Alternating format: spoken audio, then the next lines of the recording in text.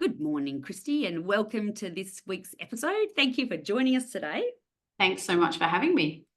I'm very, very interested and excited to talk about this topic. You are a child safety strategist and educator. Correct. So, I think a lot of obviously my followers and stuff, they all have little babies and toddlers and they don't know about it. And I get that. But me having the teenage girls, having all of this lived experience, I think the more that we educate our families and parents, not for fear, because our poor parents are already anxious and worried about the world, but just Yeah, knowledge is power. Knowledge is exactly. power. And I think what you're doing is obviously extremely important. So please run through a little bit of your past. So you were an ex-child abuse detective, Yeah, which is awful but needed. Like yeah, it would have been very traumatic, but you would have seen awful things so that we wouldn't want to know about. And now you're a child abuse prevention educator, which is amazing, and the founder of CAPE. So yeah, if you would love to, share your story about how, when, and why you've become. yeah. So my story really starts back when my daughter was born because she's now 16, so I can totally Fun relate to times you. too. Yeah. Yeah, 16-year-olds. And yeah, so I can totally relate to, the fact that it's quite scary even contemplating this stuff sometimes. But when my daughter was 9 months old, I saw an ad in the paper for the West Australian Police. So I'm over in Western Australia and saw this ad for the West Australian Police about, female police officers and, work-life balance, et cetera, et cetera.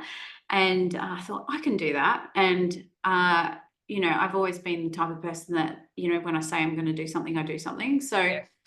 my daughter was only 9 months old at the time. And so for Went into anyone, police academy.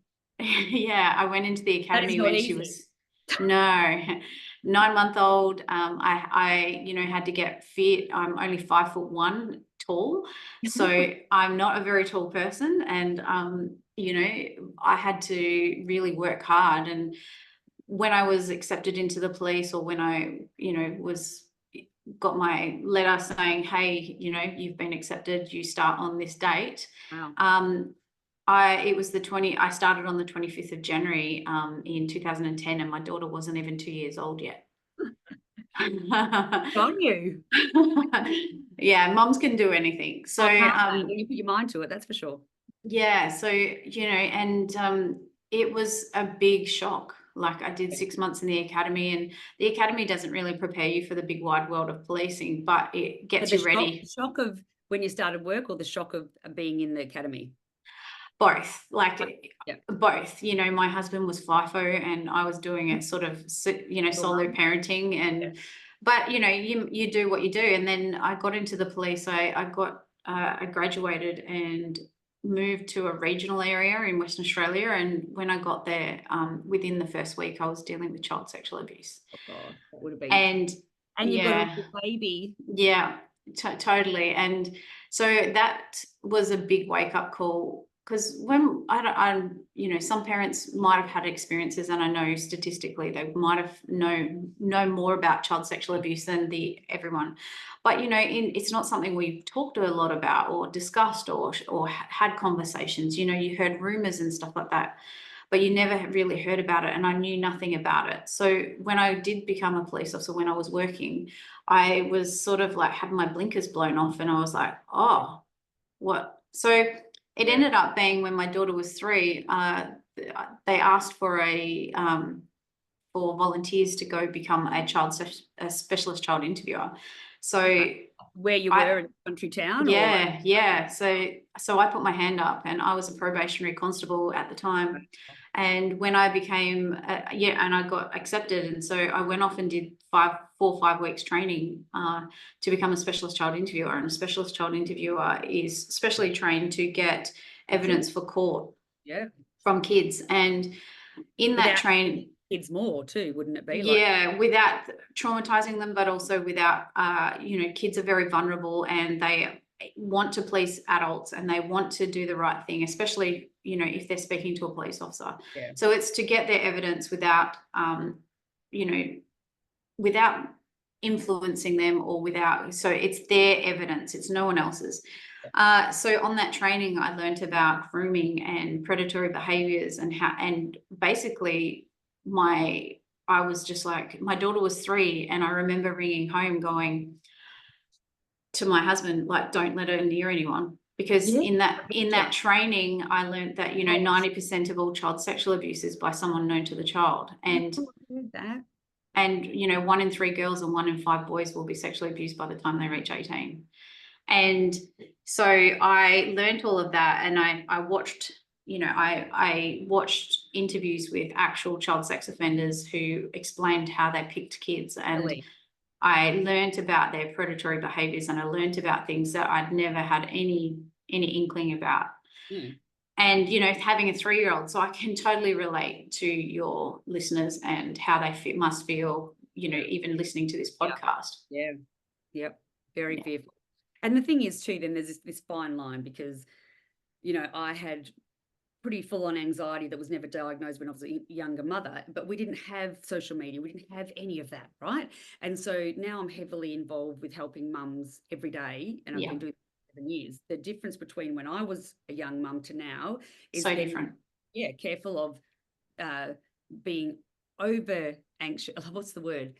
You know, helicoptering and stuff. So there's all Yeah. these complexities of like understanding the knowledge, but then you also have to Manage not it.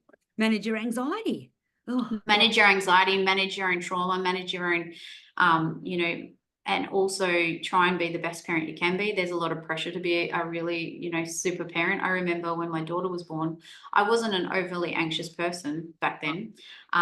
You know, I was an overly anxious parent, surprisingly, because I was actually scared to become a mum. yeah, But well, yeah, so 2008, my daughter was born, and you know, I was quite a relaxed parent, but I remember, you know, she was only about 3 weeks old, sorry, and I was, you know, breastfeeding in the middle of the night, and I'm looking at her and going, how do I keep this kid safe? Like, how do I make her you know, this brave, confident, you know, everything that I didn't believe I was at the time. How do I help her get there? So you know, I do understand the complexities of it. I just have so much more experience now to understand how easy it is, how much easier and simpler it can be if we just face our fears in the face. And, you know, like you said, you know, knowledge is power. So once I became a specialist child interviewer, I went straight back into the field, and I was interviewing kids from 3 to 18 about child sexual abuse and abuse. And that's when I really, really saw, obviously, the harms and the trauma. And I ended up becoming a detective within 4 years of being a police officer, which is quite fast. yeah. But I was really determined. I wanted to be on the other side of, you know, instead of just being the person to take the statement at the front counter or get a witness statement, I wanted to be the one that was locking up sex offenders. Yes. And you must have not wanted to sleep. You must have been I need to get these assholes every minute. sometimes. Oh gosh, you must have, like, that is changing, you know. And the thing is too, without getting into it too much, my father, that happened to him. So I won't go into it's his story, but he has shared it. But it is so traumatic and so damaging that people don't understand that when kids are abused, not only does they lose their childhood, it affects the makeup of their brain, and that it affects their Lifelong impacts. Lifelong impact. So, I mean, again, that's really deep, but my dad was lifelong impacted from what that disgusting person did to him when he was like 6 years old, you know? Yeah, And exactly. you know, I look at that and think it needs to be talked about. People need to be aware. People need to know that that's like I know this is awful to say it, but it's they're someone they trust like a priest. It's the auntie, it's an uncle. It can be these things and these people that, you know. It's more likely going to be. It's more likely going to be a family member, friend, or relative, or someone close to them. And no, it's not the white van with the person in the white van giving out lollies that we were taught in the 80s and 90s. And that stranger danger message has probably made it easier for the everyday child sex offender. But that was the thing. So I was, you know, once I became a detective, I ended up in the child abuse squad, and I was dealing with historical child sexual abuse. And I saw the lifelong impacts of abuse and what it does to, you know, you've named quite a few of the things, you know, it affects the brain development, it affects, you know, their health. There's even studies now that prove that a child a victim or survivor of child sexual abuse has 8 times more likelihood to die in their middle age. Oh, So, and so also let's talk about it's suicide. Like, you know, my dad's like, I mean, again, it's his story, but you know, what as a daughter I've had to see him go through, people will never understand. And even now it makes me sad because I remember there was this, again, off track a little bit, Oprah did this a sexual abuse episode. I don't know if you saw it. And oh my God, you should look it up. It's just terrible. And every single person in the crowd had been sexually abused, right? And what she did is she asked them to hold up a photo of the age that it happened. I know. And you know what? Like, this is the thing. People think, oh gosh, it's awful. And yes, of course it is, but just really think. They're babies and children. Yeah. I know. And as a parent, you know, the parents listening to this podcast, as a parent, when you look at your little baby, that's the last thing you want to happen to them.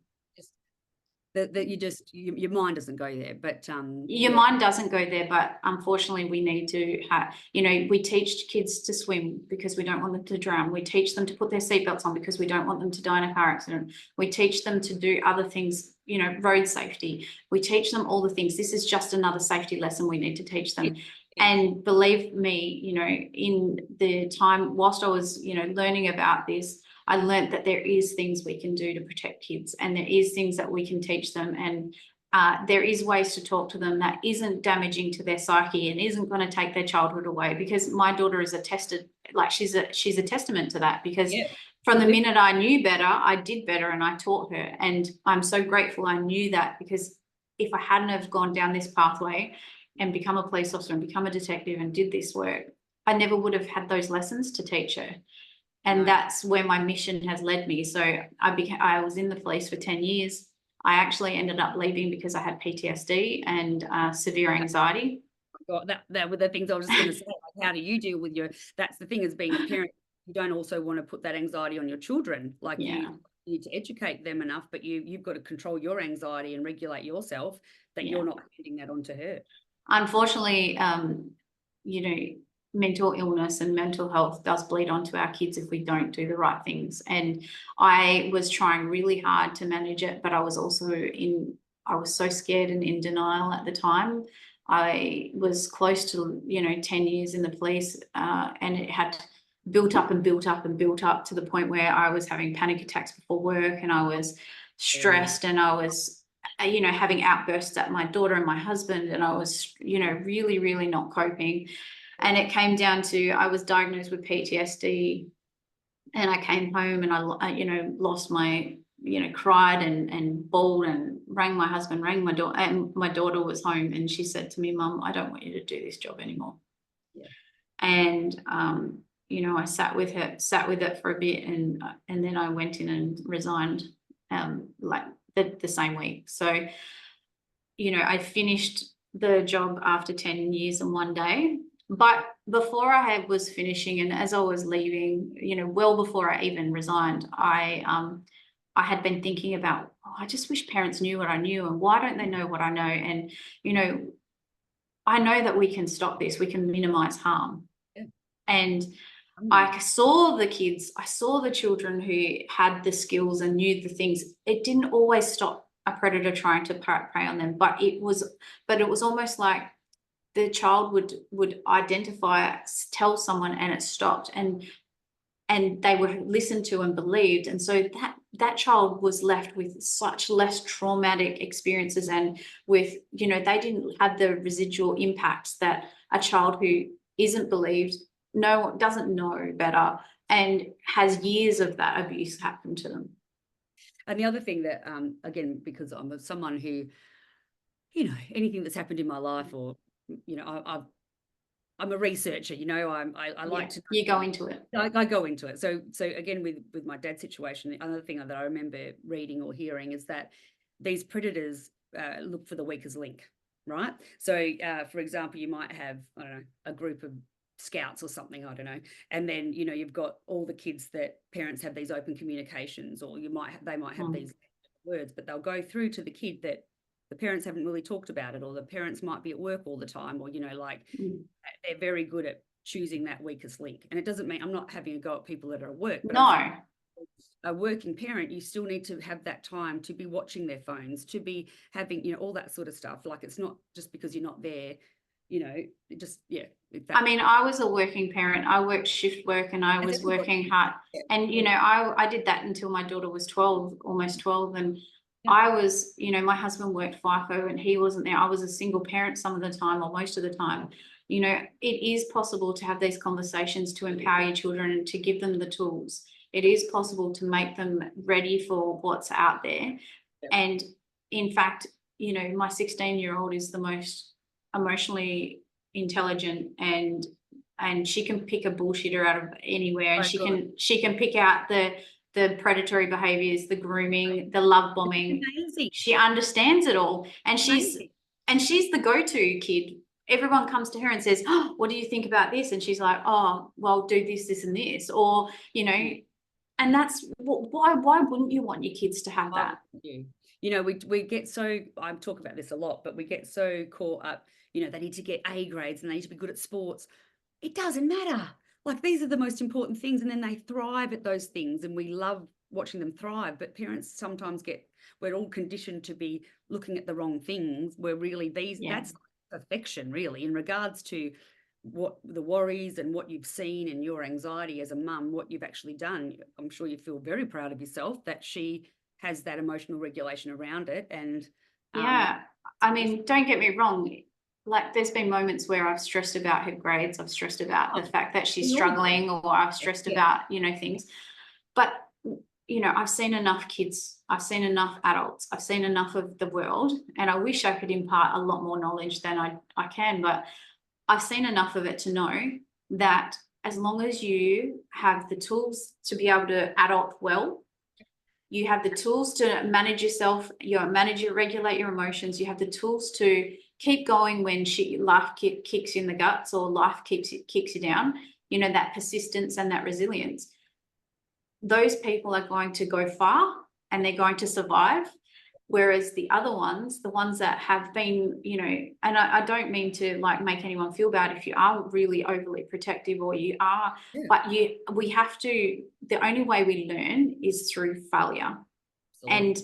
And I'm not saying, hey, let just give your kids nothing, like let your kids fail all the time. What I'm saying is don't always hold them up, because the kids that were, you know, the 18-year-olds, and sometimes I would sit there and go, you can tell you've never, ever had a problem in your life. Your parents have fixed everything for you, because they were arseholes to deal with as a copper, and they were entitled. And you know, sadly, and I teach about all of this stuff. So when I left the police, I wrote a book. It took me 2 years to write a book, and it's called Operation Kids Safer Parent, a Detective's Guide to Child Abuse Prevention. And in that book, I talk about, you know, teaching your kids about consent, and teaching your kids about sex and sexting, and age of consent legislation, and teaching them about, you know, what to do if something happens, and how to have those conversations. That's what my book's about.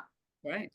Because everyone needs to get it. But when I was writing it and I was reflecting, I could just picture those kids that, you know, there was boys and young men, and as the mother of a teenage girl, I was petrified about men and boys, right? We're taught, I don't know about you, but I was taught that watch out for this, don't go into toilets, don't get drunk, because don't wear those clothes, don't do this, don't do that, right? And I didn't want my daughter to have those same fears, but they're inbuilt into our society, these unwritten rules. But what about like the parents of boys, right? And I have this all the time.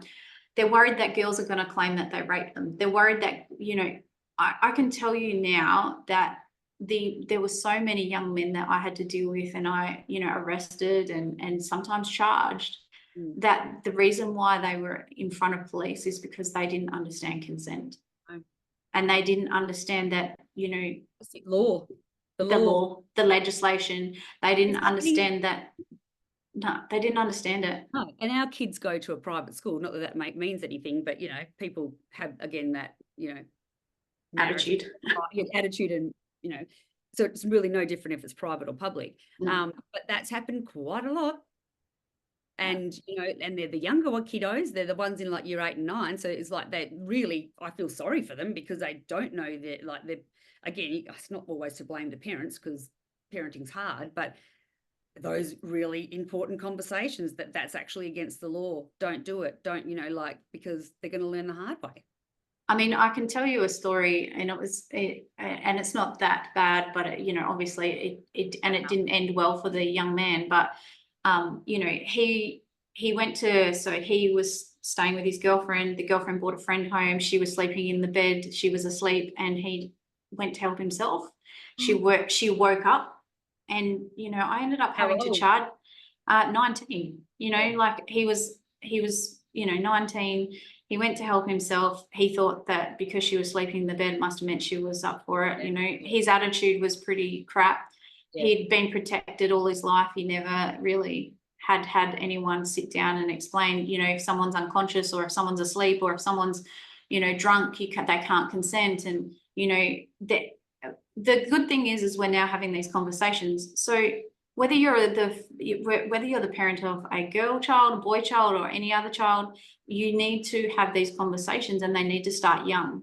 And I was having consent education or consent conversations with my daughter from 3. And how we had those conversations were we taught her that, and it was through her childcare actually, when I was working full time in the police. They started it and we continued it when I knew better. You know, she used to say, "Stop it, I don't like it," if she didn't want something to happen, right? And then as she progressed and she understood what consent was, and I used to say things like, "Do you know what consent means?" And she would say she didn't have a clue. So I would say, "Well, it's when you give permission, or you want something, you don't want something to happen," or, and so then she would progress from, "I don't give you consent." And that it was like this: "Stop it, I don't like it," until a certain age. I don't want you to, you know, I don't consent to you tickling me. I don't consent to you picking my pimples, mum. I don't consent to you, whatever, you know, like, you know, and so it's interesting how quickly people stop when you say and she was saying, "I don't give you consent," from about 10 years old. And and how quickly people stop when you use that sentence. But another thing that I learned when I was researching my book and thinking about consent was we aren't taught to say no. No, absolutely. We're supposed to be, especially women. Like, I'm 50 this year. It sounds so old, but you know, we were not to have a say. Well, this was me anyway. Seen and not heard. Seen and not heard. You know, people pleaser. You know, nice. You know, all that sort of stuff. And it's taken me all of this to undo all of that. Yeah. So yeah, so it's same for me. Like, I grew up in a family where you couldn't say no to your parents. You couldn't say no to people. You weren't allowed to say no if you were told to do something, or if you didn't agree. Yeah. And the people pleasing and all of that, right? And then when I was thinking about consent and why people don't, you know, say no. For instance, you know, why is it that we don't say no when we really want to say no? And it's because we haven't practiced it enough. It's conditioning, it's not practicing it. And so, you know, when I'm teaching young children about protective behaviours, which is a safety tool that we can teach kids from as little as 2.5, when I was teaching it, you know, we have to practice and allow them to say no. And, you know, it's the same thing with, you know, if don't want to eat their veggies. Yeah, okay, it's really important that they eat their veggies, right? But if our children are really against eating their veggies or whatever veggie they hate, we keep forcing it. No, you've got to eat them. No, you have to do that, right? So then, you know, why? Or, you know, no, why? Exactly. And then you've got the auntie or the grandparents who want to give them a hug and a kiss when they go, right? And your kid's not feeling like a hug and a kiss, but we go and give Nana a kiss, go. And they're like, but you're having to drag them up to them.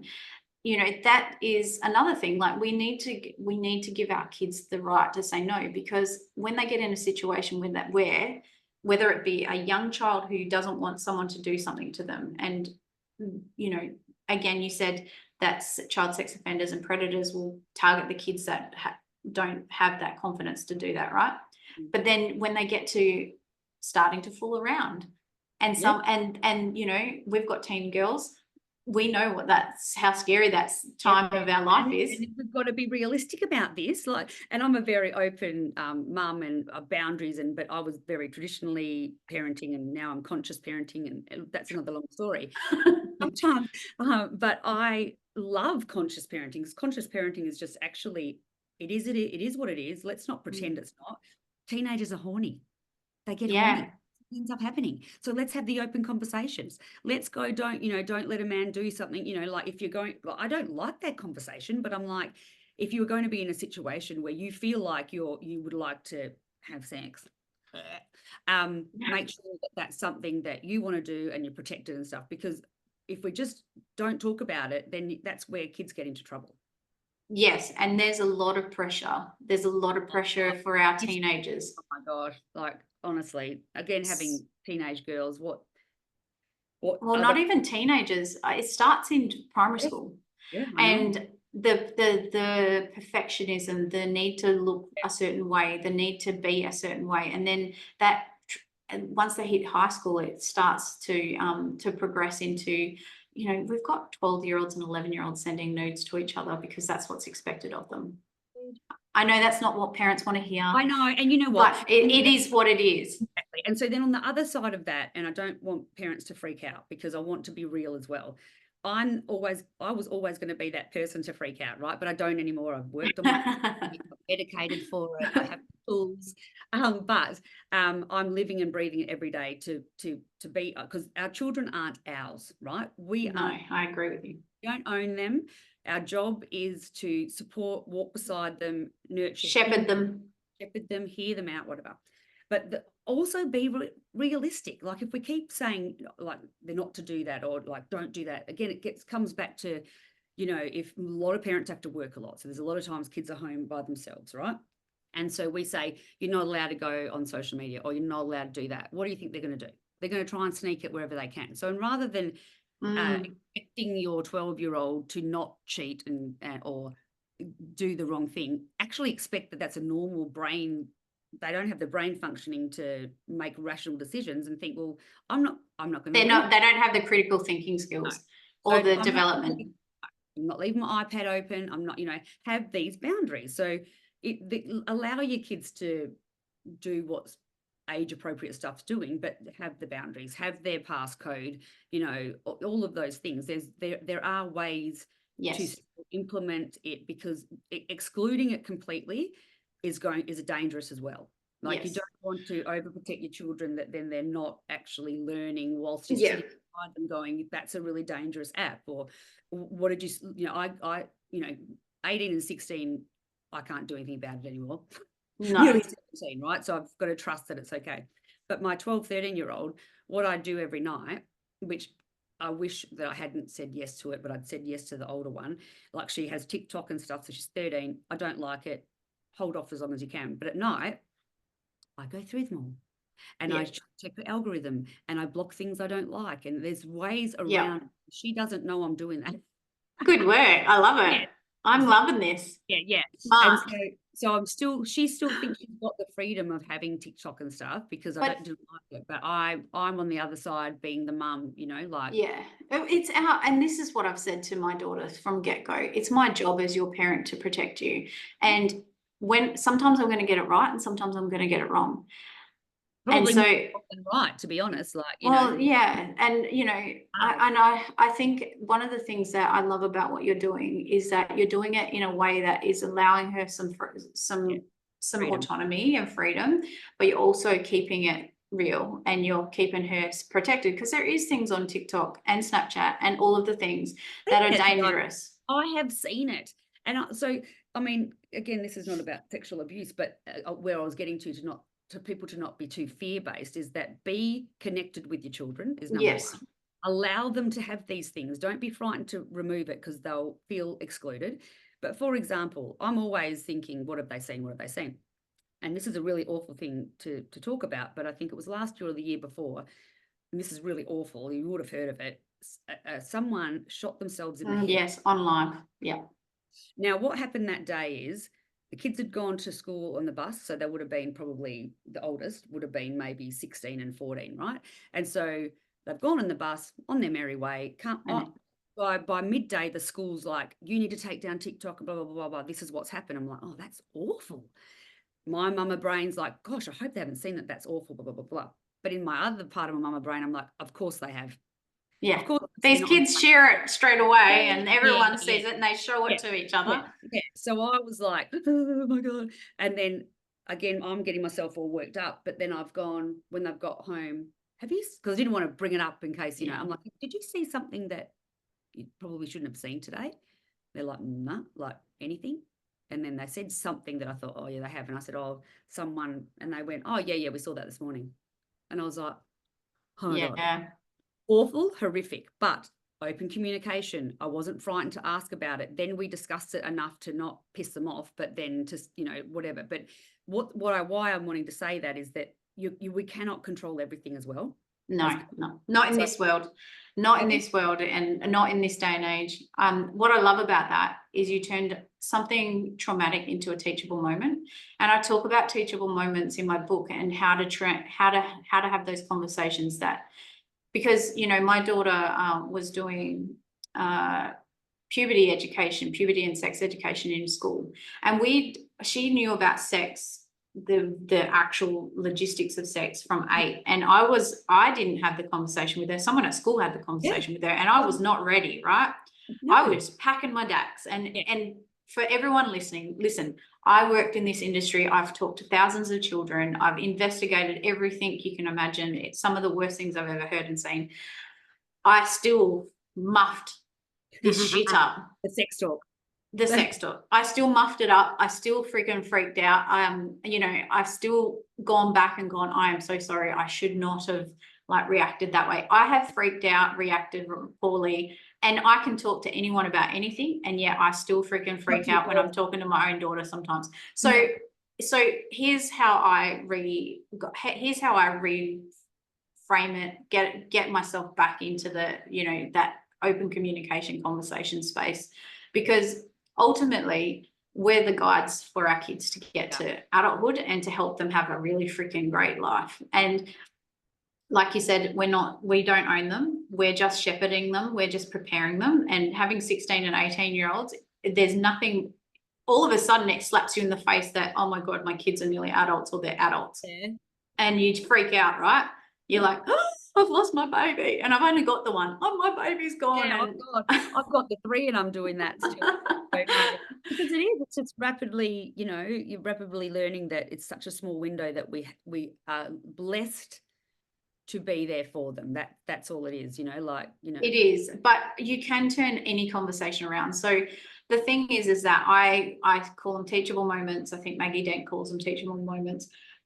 All it takes is, hey, the other day we had that conversation, or yesterday we had that conversation, and you know, I might not have reacted the best way. I really wish I had done that better.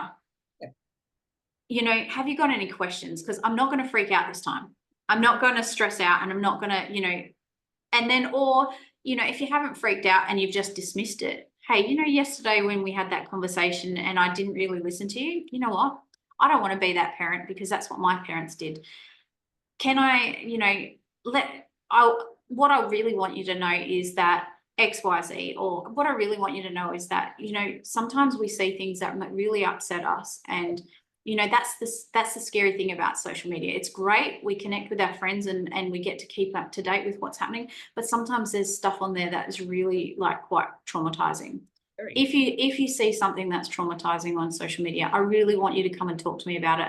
I promise that the next time you do, just give me the warning that you're about to talk about something that I might not be happy with, and I'll take a deep breath and I'll make sure I don't freak out. Yeah. Any of those things, you know, and just go back and repair it, because I know from experience, and I still talk to teens today, one of the main things that teens, they don't have people to talk to when shit gets hard. Oh, and what we've been through in the last few years with our girls and their different personalities, and I've talked about this a lot, so they're happy for me to share about it with their mental health and stuff. And really what it comes back to is, it comes back to the parent, and it comes back to connection. And, you know, I look at what's now happening now that we're on the other side of that, and there's some pretty major things that have happened, and thank the Lord they've come to me. Yeah. that if I can Imagine if they weren't. Imagine if they couldn't. almost, absolutely, exactly. All of that, like the worst case scenario, I've said to them, not that I would, but like I've said to them, I would hide a dead body for you. Not that I would, but you know, like I basically saying to them, there's really nothing, honestly, for me as a parent, yeah. And something else has happened recently, and I could really see the connection, because there had been a bit of a disconnection, and she really felt that. And I'm like, that is the most important thing as a mum, is like that they can truly, truly know that they can come to you at their worst. That could be the worst case scenario, that you would still love them and be there for them. Like, I think with all the stuff we're talking about, that's it, isn't it? That if and it starts when they're young. Yeah. It's having those conversations, because you know, I can't name or number the amount of parents who've said to me, my child will tell me if something's wrong. Oh, I was the other way. I was always thinking, they're not going to tell me anything. They're not, you know, like I'm always like, yeah, it's. No, but I can tell you now, yeah, your child will test you, and any kind of so from my experience in talking to kids, they will give you little tests to see if you're going to react. Oh, absolutely. I've been tested. I've had exams. I've had graduations. I've had failures. But I think every day is a test. But also, they're our biggest teacher. Yes. Yeah. They're our biggest teacher, you know, and this is. So how you react to the small stuff is whether they're going to trust you with the big stuff. And that's what we got to come down to. So, you know, for instance, I've had kids who have been sexually abused, who haven't told their parents, and it's come out through like a friend's parent, because they've gone to their friend first, because their parents haven't been prepared to listen, or they've been busy, or they've just not been connected to their kid, or they've just and most of us are not. We're just trying to survive, right? And so they've just they've had a moment where they've felt safe with their friend. They've told their friend, the friend's told the parents told the police, the parents have been blindsided. Yeah. And the only reason they didn't tell their parents first was because their parents didn't provide a safe place for them to come to. And then or they were trying to protect their parent. That was my next thing. So this is the other thing that parents need to realize. Now, what we're talking about here is not bad parents or parents that aren't there. What actually is the worst, what I've found with my girls, that on the other side of things that have happened, is they didn't want to let me down, and they didn't want to, like it was all that they didn't, and I didn't mean to make them feel like, oh, how am I trying to explain it? That even when you weren't available, you didn't mean for them to feel like you weren't there for them. That in the emotional way of meaning, like I wouldn't be able to handle it. Like, yes, I'm more worried about letting me down, which again is something we just need to get off the table. Like, it's like there shouldn't be any scale of letting down. It's just like, I love you. This is what it is. We'll deal with it. And you know, like parents saying, and sometimes we have to say that out loud. Like, honestly, don't think that and again, all my experience has shown me, don't think your kids know this stuff. Just because you have to say this shit out loud to them. You have to say, I'm proud of you. I love you, no matter what happens. You know, and also for parents of, you know, your younger kids and stuff, remember that behavior is a language. Yes. So, for instance, if your kids if they have a change of behavior all of a sudden, what's going on for them? What's happening? Is there something going on? Because behavior is language. And sometimes it can be they're just going through puberty. They're just dealing with bullying. They're dealing with stress. Because I certainly am not solid when I'm having really stressful things going on. But, you know, or it could be something serious has happened, or it could just be, but there's always a reason. And you know, I don't know how many times, and here's another hint or tip of talking to your kids about this stuff. Find a quiet place, just you and them. That could be you driving them to their sport. Sitting in the car, they can't get out. Like, honestly, that's how I bamboozled my kid with all of the conversations. Or like, I used to lay next to my daughter and put her to bed every night, and we'd have a conversation. Sometimes, especially when she was in that really hard teen years, she wouldn't talk to me all day. She'd be like, nothing's wrong, nothing's wrong, nothing's wrong. I'd lay down to put her to bed, and she would be like an hour later still unloading her shit onto me. I know. You know, sitting next to them gaming. If you've got a young one who's gaming, my daughter has always been kind of a gamer, flitting out in and out. Sit next to them and game with them.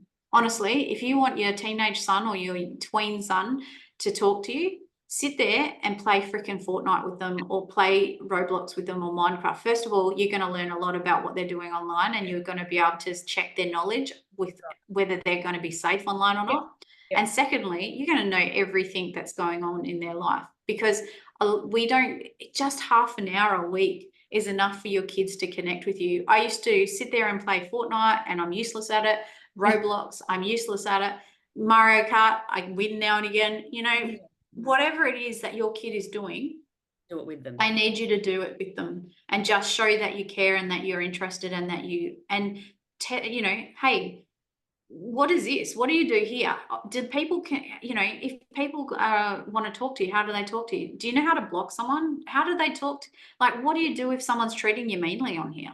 Like, you know.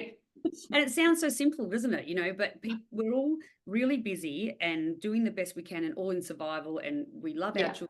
But it's these simple tests. It's these simple things of going back to, like you said, connection, being with them, watching. And the thing is, I know with all the little kids, you think, oh gosh, when I don't want to worry about it, but it's like once everything you implement is slow. So it's not all at once. No. You've got to do it in stages. Yes, because everyone's like, oh my gosh, I'm going to have a teenager. But what I say is set the boundaries once you implement them. So if they're 13 and you think they're ready for a phone or whatever, then the boundaries are set then. You don't just whack them on when shit happens. It's like, these are the boundaries. These are when that's right. You're not having it in your room. I'm going to have your passcode. Like, don't be fearful of it. Just have the boundaries, you know. Also, just remember that, and I've got all of the stories. My daughter at 10 saw porn for the first time when she was having a puberty education, right? And I'd had the porn conversation with her. And sadly for parents, another scary statistic is the average age of seeing first exposure to pornography is 8 to 10, 10 to 12, in between that 8 to 12 age. You know, and kids will seek it out. And my daughter sorted out because she'd had the sex ed talk, and she Googled sex, and the first thing that comes up is pornography. Now, I, in my wisdom, thought that I had blocked it, right? I thought I'd done everything right. I was still a copper at this stage, still a detective, still dealing with this stuff on a daily basis. Thought my kid was ready, like knew everything. No, she still did it. But you know the difference, the whole difference is that after she'd seen it, it freaked her out. It made her really upset. And she came and talked to me. And I freaked out. I was like, I had no word of a lie. I had to, when she said to me, Mum, can you sit down? And my brain immediately went to, oh my God, she's been sexually abused. Yeah, I betcha. Yeah. And then I went, and then she goes, so I sat down on my bed because I was folding clothes, and she goes, I looked up sex on Google, and I saw porn, and it's made me feel really sick, and I don't feel, and I just went, and I remember just putting my head in my hands and saying to her, can you just give me a minute? Because I was freaking out. Because that's what you've got to stay calm, but you might say, and she's like, are you mad at me? Are you mad at me? And I was trying really hard to keep calm. And it was very brave of her, like, to come to me and tell me something that she knew that I would be potentially very upset about. And I just think that, you know, if you can realize that it's better if they come to you. Would you rather them come to you or come to a stranger on the internet? Would you rather them come to you or someone who could then go and abuse them? You know, or would you rather them deal with this stuff on their own? You just wouldn't. And the thing is, what we've got to remember, and we've lost this, and I'm currently heavy in the study of this conscious parenting, is our children innately know what's wrong or right. Right. And particularly if they've been born into a lovely family like yourselves, they do come with that feeling of it's not right or wrong. Right. So she would have already known that it wasn't right, but that she had the safe space to go, okay, well, that's a bit, you know, like having the conversation of like, you don't want to do that, whatever the conversation is going to be. Yeah. Believe that you're a good person in a good family. The children want to do the right thing. But if you are that person that shames them or is going to ground them or whatever, they're not going to come to you, are they? No. And that's the exact reason why kids don't come to their parents. They don't want to upset them. They don't want to let them down. They don't want to get yelled at, shamed, that have their devices taken off them, you know, all of the things. And you know, in that instance, when I calmed down, I said, I got the gist of what she'd seen. I explained to her that, pornography is fake, like a movie. It's not real. That's not how, loving parents have sex. It's, some of it might be, but some of it isn't. It's not something we do until we're an adult. Like, it's an adult thing to do with someone else, and I just kept explaining to her that. And I checked back in with her, a couple of days later. I said to her, hey, how we had that conversation about porn the other day? And she was so embarrassed, like super embarrassed. And she didn't want to talk about it. And I was like, hey, nothing to be embarrassed about. It happens. Yeah, exactly. It happens, and it's okay. You haven't done anything wrong. Yeah. And, I kept reiterating that messaging to her. I said, it's normal to be curious and all of those things. And eventually she settled down, and then we moved on because I knew what level of education she had now. I knew that she was ready to hear the next thing. And so then I talked about masturbation, and I talked about the fact that we need, and she was about 11, 12 at that stage. And I said, we need to know what we like before we let anyone else touch our bodies. And we've had all of these conversations. Unfortunately, my whole family my daughter is so open and honest with everything, talking about menstruation and all the things. Yeah. My family probably wishes that we didn't have those open and honest conversations, because she's got no shame around it. But she shouldn't. And if people talk about how shame breeds in the dark, yeah, of course. It dies. So the less shame our children can have, the more confident they're going to be able to use that language and not allow someone to do something to them, No, and it's not even like, let's change that language. It's not even about allowing. No, you're fine. But even the whole concept of, well, it's not our kids' job to prevent child sexual abuse, right?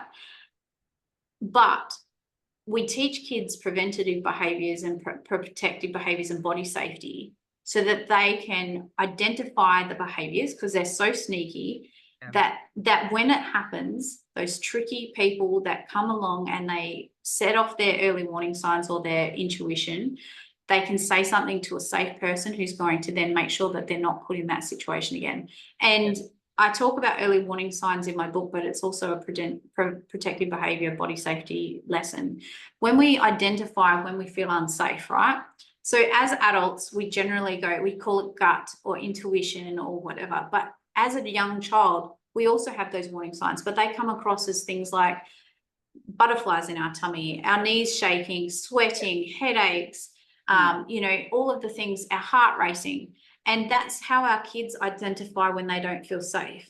Yeah. So when we give them the language to understand when they don't feel safe, and we give them the language and the knowledge of how to identify when they feel safe, like, when you feel safe, what do you feel? Oh, I feel warm in my stomach. I feel, it feels good, etc. And what does that feel like? Oh, well, it just feels like a big hug. Yeah. Who makes you feel that way? Oh, mum, dad, grandma, blah, blah, blah. Yeah. Okay. When we don't understand either of those, we don't have the language, we can't tell someone when that happens. Yeah. And our kids, if we were teaching them early enough about identifying when they don't feel safe, when we teach them that, they can then go, hey, I don't feel safe around this person doesn't make me feel safe. And because we've given them the language and we understand what it is, we then take it seriously when they call it out. Yeah, it's amazing. I could talk about this all day. So we don't talk about it all day. What have you got? What resources have you got for young? I have a few. I have a few and a few in the works. So the book sounds like everybody needs that when they're ready for it. Yeah, parents. But let's talk about sort of maybe the younger parents with toddlers and stuff like that. Where should they start in regards to? Yeah, jump on my website and go to. So it's I'm Kristi McVie on Instagram and on Facebook, but I run Child Abuse Prevention and Education Australia, or CAPE AU. Sorry, what's it called? CAPE, CAPE -AU. Yeah. And for young parents, the book is perfect for any age, but it has lots and lots of advice and information in it. But I do have some freebies on my website. So CAPE, C-A-P-E dash, so -au.com. And there's freebies about online gaming, online safety, 10 tips to keep kids safe from abuse. And so there's a few things on there, and I'm currently developing some cards for parents with conversation starters. So how to have those conversations with your kids at all ages. So again, I keep bringing up conscious parenting, but it's the same sort of thing. It's like we teach them words and times tables and stuff, but what the conscious parenting is about is having pictures of angry, calm, hurt, so rather than they haven't got the vocab, it's like having those things to see, I'm feeling that way, so it's it goes hand in hand. Is like you're educating around this, you're educating the words, you're educating them how people make them feel, and that's really important. And for parents of little kids, we don't talk about things in there's strangers or there's people out there that are going to hurt us. We talk about tricky behaviours, and we talk about tricky people, and we talk about the behaviours or we talk about private versus public. Our private parts are for us and only us. They're covered by our bathers or our underwear, and we only show them in private places. And we talk about public and public clothes and public behaviours and where we can show things like that. And people aren't allowed to see our privates because they're our privates.